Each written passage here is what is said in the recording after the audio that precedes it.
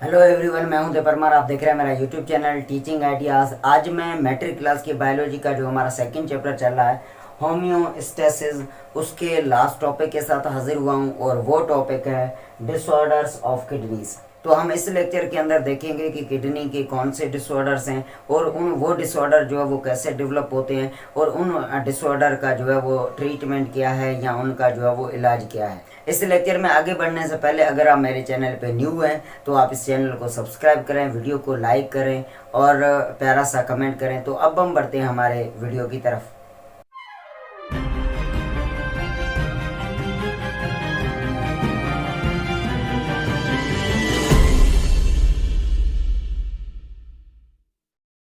जैसा कि इस लेक्चर के अंदर हम जो है वो डिसऑर्डर्स ऑफ किडनी जो है वो डिस्कस कर रहे हैं और इस लेक्चर के अंदर इस चैप्टर के अंदर दो ही जो है वो डिसऑर्डर किडनी के दिए गए और सबसे पहला जो डिसऑर्डर हम डिस्कस कर रहे हैं वो है किडनी स्टोन, या इसको आप कैल्क्यूलाई या कैल्कुलस भी जो है वो कह सकते हैं। जो आप मेडिकल टेस्ट करवाते हैं किडनीज की, उन रिपोर्ट्स के अंदर टर्म जो है वो कैल्क्यूलाई या कैल्कुलस जो है वो यूज किया जाता है और कैल्क्यूलाई का मतलब है स्टोन या किडनी स्टोन।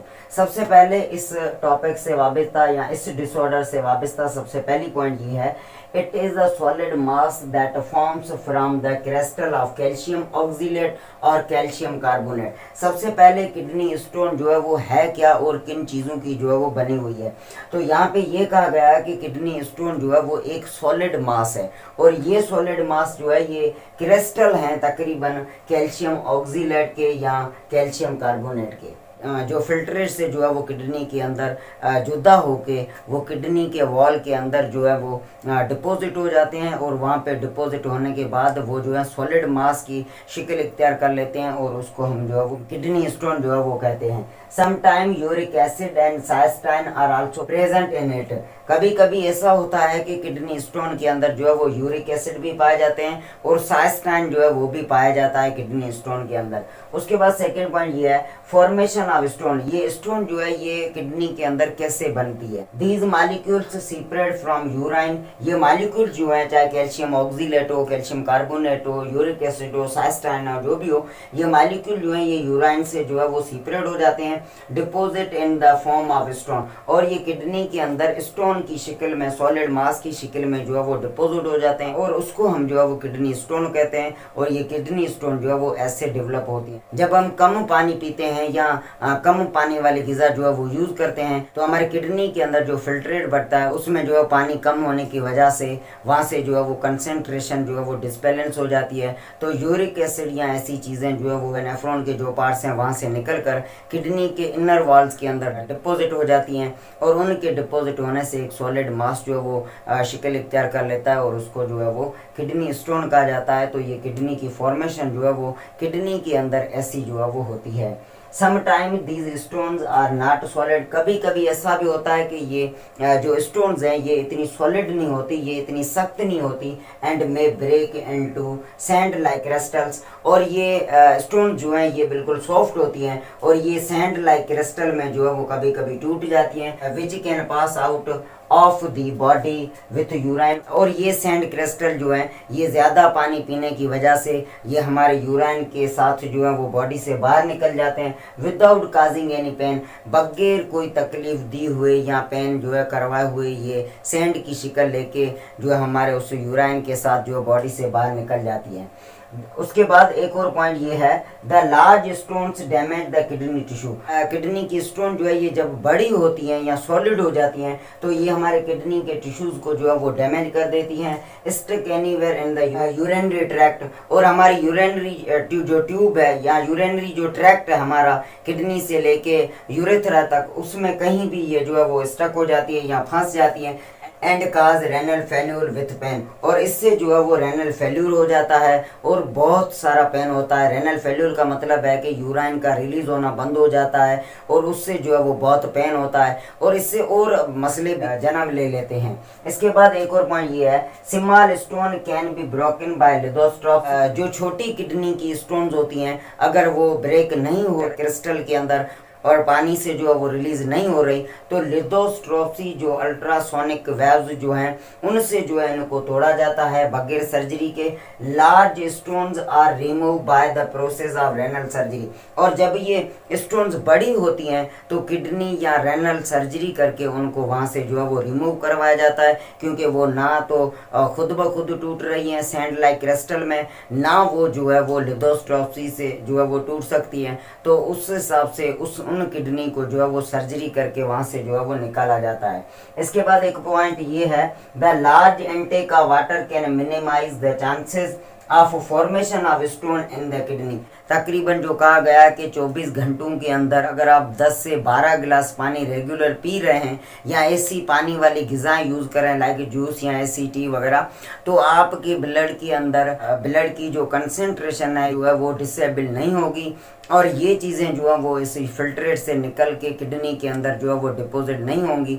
तो इस हिसाब से ज़्यादा पानी या ज़्यादा पानी वाली ग़िज़ा यूज़ करने से आपके अंदर किडनी स्टोन के बनने की चांसेस जो है वो बिल्कुल ख़त्म हो जाती हैं, और आपके अंदर कभी भी किडनी की स्टोन जो है वो ज़्यादा बड़ी नहीं बन सकती। ये बनती रहती हैं लेकिन हम ज़्यादा पानी जो है इनटेक करते रहते हैं तो उस हिसाब से ये निकलती रहती है। तो किडनी के फर्स्ट डिसऑर्डर में हमने जो है ये डिस्कस किया कि किडनी का ये डिसऑर्डर जो किडनी स्टोन है, ये किडनी स्टोन है क्या, ये किडनी स्टोन कौन सी चीज़ों से बनती है और वो चीज़ें कैसे निकलती हैं, कहाँ पे कैसे जो है इनको जन्म दे देती हैं। अगर ये स्टोन डिफरेंट साइज़ की या डिफरेंट फॉर्म की होती हैं तो इनका ट्रीटमेंट जो है वो कैसे किया जाता है। कुछ खुद ब खुद टूट जाती हैं, पानी को ज़्यादा पीने से वो निकल भी जाती हैं, और कुछ छोटी जो होती हैं उनको लिथोट्रिप्सी से जो है अल्ट्रासोनिक वेव से जो है उनको तोड़ा जाता है बगैर सर्जरी के, और जो बड़ी होती हैं स्टोन उनको रेनल सर्जरी के अलावा और कोई ट्रीटमेंट नहीं है, और सर्जरी करके उनको रिमूव किया जाता है। इसके बाद एक और डिसऑर्डर ये है किडनी फेल्योर। किडनी फेल्योर का मतलब है कि हमारे अंदर जो फंक्शनल यूनिट हैं जिनको हम नेफ्रॉन कहते हैं वो अपना काम करना छोड़ दें, जिनका काम है फिल्ट्रेट करना और हमारे ब्लड और फिल्ट्रेट के बीच में जो चीज़ें उनको बैलेंस फॉर्म में रखना, और पानी का मिकदार जो वो ब्लड के अंदर कितना रहे, ये सारी चेक करना जो हम पिछले टॉपिक के अंदर पढ़ चुके हैं। तो उनको तो वो काम करने वाला जो यूनिट है अगर वो काम करना छोड़ दे तो उसको हम रेनल फेल्योर कहते हैं।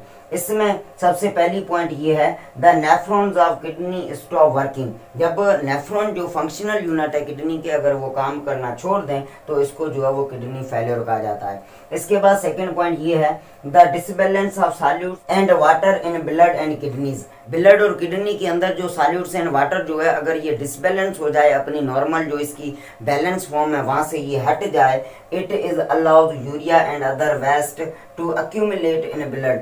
तो इस डिसबैलेंस होने से क्या होता है, यूरिया और ऐसी अदर वेस्ट लाइक जो चीज़ें होती हैं वो ब्लड के अंदर जो है वो अक्यूमुलेट हो जाती है, मसलन कि वो इकट्ठी हो जाती हैं ब्लड के अंदर जो है वो वापस चली जाती हैं, फिल्ट्रेट नहीं होती या कम फिल्ट्रेट होती हैं और वो बॉडी की तरफ जो है वो वापस चली जाती है।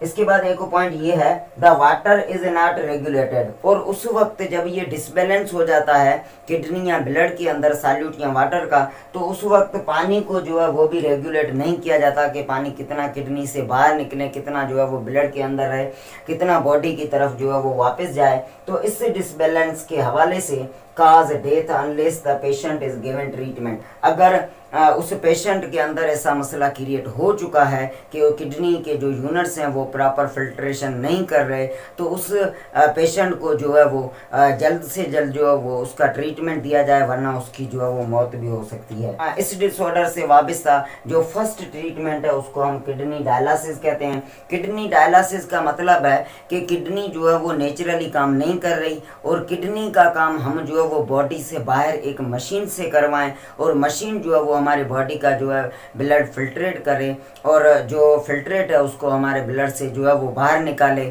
और ब्लड को जो है वो रिफाइन करके हमारी बॉडी की तरफ वापस भेजे। तो उस मशीन को जो है वो डायलिसिस मशीन कहा जाता है, और किडनी का वो काम करती है तो उसको जो है वो किडनी डायलिसिस कहा जाता है। हालांकि डायलिसिस की जो है वो 2 टाइप हैं। एक जो है वो किडनी डायलिसिस है और दूसरा जो है वो होम्यो डायलिसिस है। पेशेंट ऑफ किडनी फेल्यूर में get a kidney transplant from a donor. सबसे पहले अगर कोई बंदा अगर ऐसा जो हेल्दी हो और उसके अंदर 2 किडनीज हो, अगर वो अपनी किडनी किसी किडनी फेल्योर पेशेंट को देना चाहे तो वो एक किडनी पे जो है वो सर्वाइव कर सकता है और उसकी किडनी पे वो पेशेंट भी जो है वो सर्वाइव कर सकता है। बट शर्त ये है कि जो किडनी दे रहा है उसका ब्लड कल्चर उस पेशेंट से मैच होना ज़रूरी है, इसका किडनी का टिश्यू कल्चर या ऐसी बहुत सारी अदर चीज़ें जो हैं वो उस पेशेंट से मैच होना ज़रूरी है, और तब ये किडनी उसके अंदर हम जो है वो लगा सकते हैं और उसके अंदर वो किडनी जो है वो अपना फंक्शन परफॉर्म कर सकती है। कभी कभी ऐसा भी होता है कि ये सारी मैच चीज़ें होने के बाद भी पेशेंट की बॉडी जो है वो उस किडनी को इग्नोर कर देती है और इससे जो है वो बड़ा लॉस हो सकता है और उस पेशेंट की जो है वो डेथ भी हो सकती है। If donor is not available, ऐसा भी हो कि डोनर जो है वो अवेलेबल नहीं है, he will be able to filter his blood with dialysis machine। तब ये बंदा पेशेंट जो है वो क्या करेगा, अपने बॉडी का ब्लड जो है वो फिल्टर करवाने के लिए मशीन के साथ जो है वो कनेक्ट होगा। और यहाँ पे मैं पहले भी आपको डिस्कस कर चुका हूँ कि डायलिसिस जो है वो 2 टाइप की होती है। एक किडनी डायलिसिस होती है जो मशीन ब्लड फिल्ट्रेट करवाती है, और एक पेरिटोनियल डायलिसिस होती है, क्योंकि हमारे इस नाफ या प्लेसेंटा के अंदर जो कैविटी है उसको पेरिटोनियल कैविटी कहा जाता है, और वहाँ पे सारी बॉडी की ब्लड वेसल्स आके डिफ्यूज़ होती हैं और फिर फ्यूज़ होती हैं जो बॉडी की तरफ जाती हैं, तो उस कैविटी को यूज़ करके वहाँ पे ब्लड को फिल्ट्रेट करवाने का भी काम करवाया जा सकता है। इसके बाद लास्ट पॉइंट ये है कि पेशेंट नीड्स 2 और 3 टाइम्स पर वीक। जो पेशेंट किडनी फेल्यूर है वो तकरीबन मशीन से हफ्ते में जो है वो 2 से 3 टाइम जो है वो उस मशीन से कनेक्टेड होगा, एंड ईच सेशन लास्ट 2 और 3 आवर्स। और हर सेशन जो है वो ब्लड साफ करने का उसको जो है वो 2 से 4 या 5 कलाक जो है वो लग सकते हैं, तब उसका ब्लड जो है वो फिल्टर हो जाएगा और फिर वो बॉडी और पूरी बॉडी का जो वेस्ट है, यूरिया या ऐसी चीज़ें वो उसके ब्लड से जो है निकल जा चुकी होंगी, तब वो बंदा जो है वो अगेन सर्वाइव कुछ टाइम जो है वो कर सकता है। तो इस हिसाब से ये किडनीज हमारे हिडन हीरोज़ हैं, इनका ख्याल रखें, ज़्यादा से ज़्यादा पानी पिएं, हेल्दी लाइफ स्टाइल रखें। लाइफ के अलावा बाकी कुछ भी चीज़ जो है वो अनमोल नहीं हो। तो ये था आज का टॉपिक जिसमें हमने जो है वो डिसऑर्डर ऑफ किडनी जो हमारे चैप्टर या टॉपिक से वाबस्ता चीज़ें थी वो डिस्कस की। अगले लेक्चर के अंदर हम बायोलॉजी मैट्रिक क्लास का 3rd चैप्टर और उसके फर्स्ट लेक्चर की कुछ चीज़ें डिस्कस करेंगे, और उस लेक्चर को हासिल करने के लिए आप इस चैनल को सब्सक्राइब करें और आप वीडियो को लाइक किया करें, कमेंट किया करें। आप मुझे सपोर्ट बहुत ही कम करते हैं और मैं आपके लिए बहुत सारी डेटा जो है वो छोटे से एक वीडियो के अंदर सेट करके आपको प्रोवाइड कर रहा हूँ। उम्मीद करता हूँ आप सपोर्ट करेंगे। इसी उम्मीद के साथ हम मिलेंगे नेक्स्ट लेक्चर में, तब तक के लिए बाय बाय।